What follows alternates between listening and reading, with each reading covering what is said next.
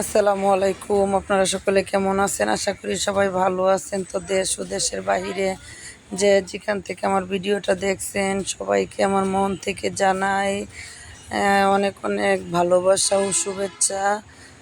তো দেখেন আপনাদের সামনে কিন্তু নতুন একটা রেসিপি নিয়ে হাজির হয়ে গেলাম। তো আমি কিন্তু মশলা দিলে চুলায় পাতিল বসিয়ে তেল দিয়ে দিলাম। তেলটা একটু গরম হয়েছে পরে পেঁয়াজ কুচি দিয়ে দিলাম। তো আমি পেঁয়াজটা আজকে বাটা দিয়েছি, তারপর হালকা আদা ও রসুন বাটা দিয়ে দিলাম। তো এখন আমি এটা একটু নাড়াচাড়া করে আপনারা দেখতে থাকেন, আশা করি আপনাদের ভালো লাগবে বন্ধুগণ। তো এখন আমি একটু পরিমাণ মতো হলুদের গুঁড়ো, ধনিয়ার গুঁড়ো ও মরিচের গুঁড়ো দিয়ে দিতেছি। তো আপনাদের কাছে আমার বিনীত অনুরোধ, আমার ভিডিওটা দেখবেন, ইনশাল্লাহ ফুল দেখবেন আমার ভিডিওটা, কেউ স্কিপ করবেন না প্লিজ। কারণ ছোটো একটা ভিডিও দিই, খুব বড় ভিডিও দিই না। তো স্কিপ করলে কিন্তু আমি ওয়াচ টাইমটা পাবো না বন্ধুগণ। আপনাদেরকে কিন্তু আমি প্রতিদিন বলি আমার অনেকগুলো ওয়াচ টাইম, এগুলো কিন্তু একা নিজে নিজে তো আর কমপ্লিট করা সম্ভব না। তাই আপনাদের মাঝে বিনীত অনুরোধ, ফুল ওয়াচ করলে আমি কিছুটা ওয়াচ টাইম পেয়ে যাব। আর আমাকে ভালোবেসে তো একটা লাইক অবশ্যই দিবেন, আর গ্রহণযোগ্য একটা কমেন্ট করবেন। গ্রহণযোগ্য কমেন্টটা করলে কি ভিডিও করার উৎসাহ আরও বেড়ে উঠে, আপনাদের মাঝে নতুন ভিডিও নিয়ে আসতে আমার ভালো লাগে।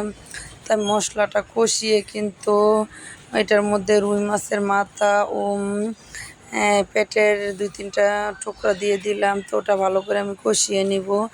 এখন দেখেন 2 মুখা চুলার রান্না, ওই পাশে ভাতের পানি বসিয়ে দিছি, গরম হয়ে গেছে। এখন চাউল দিছি, তো এখন আবার এটা নাড়াচাড়া করতেছি। তো ডাউলটা কিন্তু আমি অফ ক্যামেরায় আগেই ভিজিয়ে রেখেছি। তো আপনারা চাইলে কিন্তু ডাউলটা ভিজিয়ে রাখতে পারেন। এটা কিন্তু মাছ ডাউল, হাতের তৈরি করা। তো এটা কিন্তু প্যাকেটেরও আছে, আপনারা চাইলে কিন্তু বাসায় এত ঝামেলা না করে প্যাকেটেরটাও নিয়ে আসতে পারেন। প্যাকেটের ডাউলটাও কিন্তু খুবই স্বাদ, অসাধারণ দুর্দান্ত স্বাদ হয়। তো আমি যেভাবে ডাউলটা রান্না করি, এভাবে মাছ ডাউল রান্না করলে কিন্তু সত্যি অনেক মজাদার হয়, খেতে খুবই ভালো লাগে। আর ডাউলটা বিশেষ করে আমাদের সবারই প্রিয়, সেজন্য ডাউলের রেসিপিটা আজকে আপনাদের সামনে নিয়ে আসলাম। আর নামানোর কিছুক্ষণ আগে যদি হালকা আদা রসুন আর একটু জিরের গুঁড়ো দিতে পারেন, তাহলে তো আরও অন্যরকম সেন্ট আসে। তো দেখেন এখন আবার চুলায় কড়াইয়ে বসায় দিলাম। তারপর এটার মধ্যে পরিমাণ মতো তেল দিয়ে গরম মশলা দিয়ে দিলাম। তো গরম মশলাটা একটু ভাজা ভাজা হওয়ার পরে আমি এখন পরিমাণ মতো পেঁয়াজ দিয়ে দিলাম। তো পেঁয়াজটা দেওয়ার পরে এখন একটু নাড়াচাড়া করে পেঁয়াজের কালারটা চেঞ্জ হওয়ার আগ পর্যন্ত আমি কিন্তু এটা নাড়াচাড়া করতে থাকবো। আর আমার চুলার আঁচটা কিন্তু মিডিয়াম থাকবে, খুব বেশি থাকবে না। বেশি থাকলে কিন্তু তলা দিয়ে লেগে যাওয়ার সম্ভাবনা থাকে, সেজন্য আমি পরিমাণ মতো রাখবো। আর একটু লবণ দিয়ে দিলে কিন্তু পেঁয়াজটা দ্রুত মিশে যায়, সেজন্য আমি পরিমাণ মতো লবণ দিয়ে নাড়াচাড়া করতে থাকি। বন্ধুগণ, আশা করি আপনাদের কাছে রেসিপিটা ভালো লাগবে। তো খুব বড় ভিডিও দেই না, ভিডিও কিন্তু ছোটোই দেই।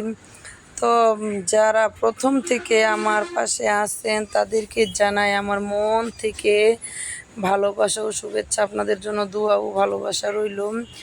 আর যারা নতুন আমার ভিডিও দেখছেন, এখনও আমার আইডিটা সাবস্ক্রাইব করেন না, তাদেরকে বলি আপু ভাইয়ারা জলদি আমার আইডিটা সাবস্ক্রাইব করে একটি লাইক দিয়ে আমার পাশে থাকুন।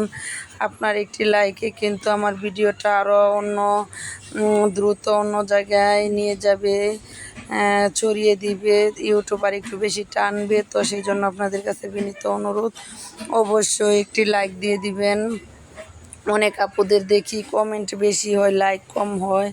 তো এটা কি আপনাদের মনে থাকে না, না ইচ্ছা করে করেন জানি না। আমার লক্ষ্মী আপু ভাইয়ারা অবশ্যই কিন্তু একটি লাইক দিয়ে তারপর ভিডিওটা দেখা শুরু করবেন। মাঝখানে এসে ভালো লাগলে তারপরে একটি কমেন্ট করবেন।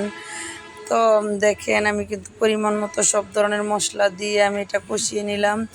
যতক্ষণ পর্যন্ত এটা থেকে তেল না ছাড়বে ততক্ষণ পর্যন্ত কষাতে থাকবো।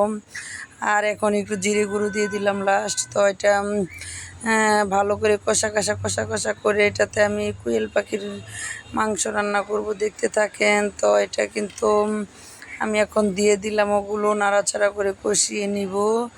তো সেটাই আপনাদের সাথে শেয়ার করতেছি। আমার ভিডিওটা ফুল ওয়াচ করবেন, সবাই দেখতে থাকেন, সাথে থাকেন, বিথির রান্না করার সাথে থাকেন, বিথিকে একটু সাপোর্ট দেন। আপনাদের সাপোর্টে কিন্তু আমার ভিডিও করার আগ্রহ এবং উৎসাহ বেড়ে যায়।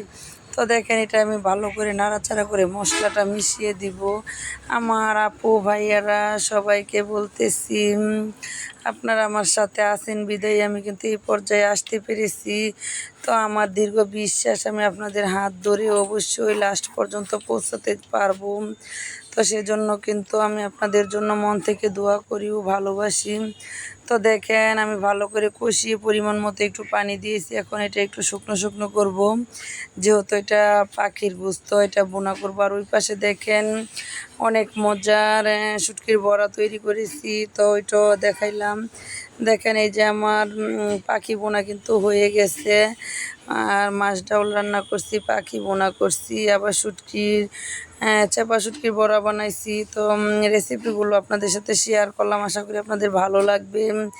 তো সেটাই বলতেছি, এই যে দেখেন ডাউলটা কত সুন্দর হয়েছে, কালারটাও দেখতে কিন্তু মাশাল্লাহ দিলে লোভনীয় হয়েছে। আর খেতে ভীষণ স্বাদ ছিল। আগে তো খেয়েছি, তারপর ভয়েস দিয়েছি, আলহামদুলিল্লাহ। একটা রান্না কিন্তু খেয়াল করে রান্না করলে, রান্নাকে ভালোবেসে করলে কিন্তু অবশ্যই স্বাদ হয়। কারণ একটি ভালো থাকবেন, সুস্থ থাকবেন। আজ এ পর্যন্ত।